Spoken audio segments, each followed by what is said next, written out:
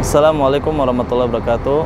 Alhamdulillah wassalatu wassalamu ala Rasulillah wa ala alihi wa ashabihi wa man tabi'ahum bi ihsan ila yaumil amma ba'd.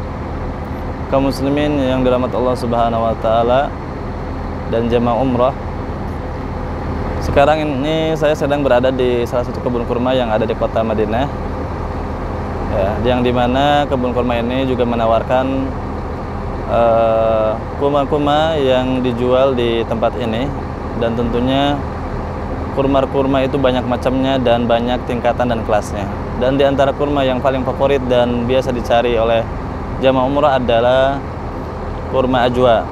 Dan kurma ajwa ini kurma yang disebutkan dalam sebuah hadis Rasulullah SAW bersabda, "Man tasabbaha kulla yawmin bi sab'i tamaratin ajwatan lam yadurhu fi dzalika al-yawm summun wala sihrun."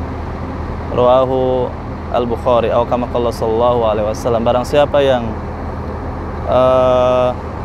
memakan di pagi hari setiap harinya 7 buah butir ya, kurma ajwa, maka tidak akan mendapatkan bahaya dari penyakit sihir dan racun. Hadis riwayat Bukhari.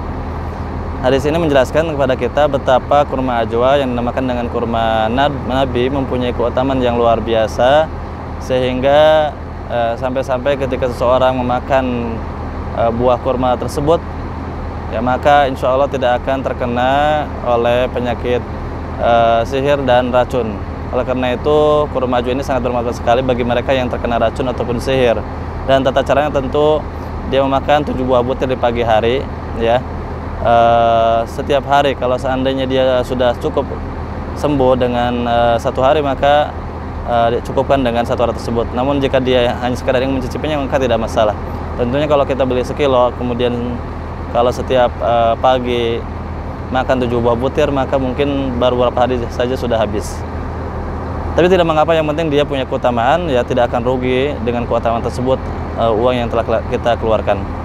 Kemudian di antara, dan tentunya dia punya tingkatan dan kelasnya, ada kelas 1, kelas 2, kelas 3, maka hati-hatilah dalam membeli dan harus selektif. Tentu bisa bertanya kepada mutawib dan pembimbing yang ada. Jangan sampai tertipu dengan harga yang murah, ternyata kualitasnya memang rendah, ya. Kemudian di antara keutamaan yang lain adalah kurma sukari. Kurma sukari juga mempunyai tingkatan, namun dia tidak mempunyai keutamaan dan kebanyakan kurma-kurma yang lain. Dan inilah 2 kurma favorit yang paling dicari. Yang satu mempunyai keutamaan dan yang satu tidak mempunyai keutamaan, namun sama-sama enak. Namun bedanya kalau kurma ajwa itu manisnya pas, sedangkan kurma sukari sangat manis sekali, sehingga terkadang yang tidak terbiasa dengan yang manis-manis ataupun yang mempunyai penyakit gula kurang cocok, ya. Tapi dia jelas kurma yang enak, empuk, apalagi kalau kurma sukari yang nomor kelas 1. Dan biasanya saya pulang ke Indonesia dengan membawa kurma sukari kelas 1. Dan tentunya sedikit saya jelaskan tentang pohon kurma, ya.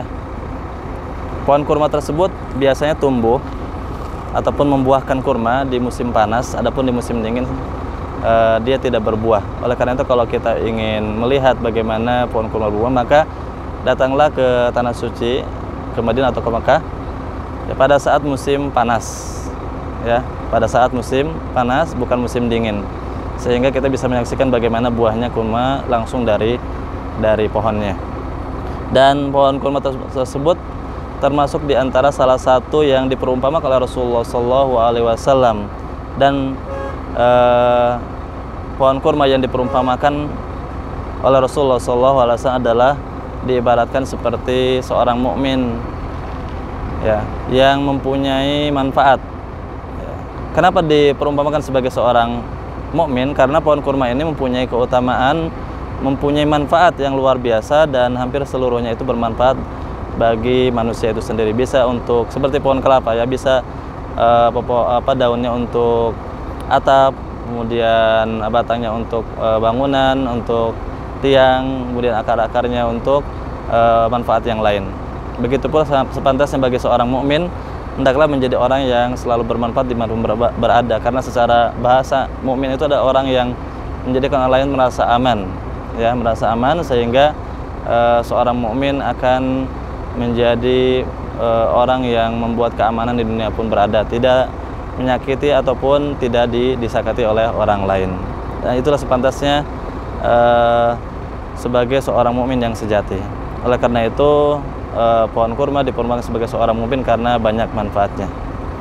Ini mungkin yang dapat saya jelaskan sekilas dari pohon kurma dan manfaat ataupun jenis-jenis kurma, dan salah satunya kurma yang punya keutamaan yaitu yang dinamakan dengan kurma ajwa. Wabillahi taufiq wal hidayah. Assalamualaikum warahmatullahi wabarakatuh. Insyaallah kita lanjutkan di perjalanan berikutnya.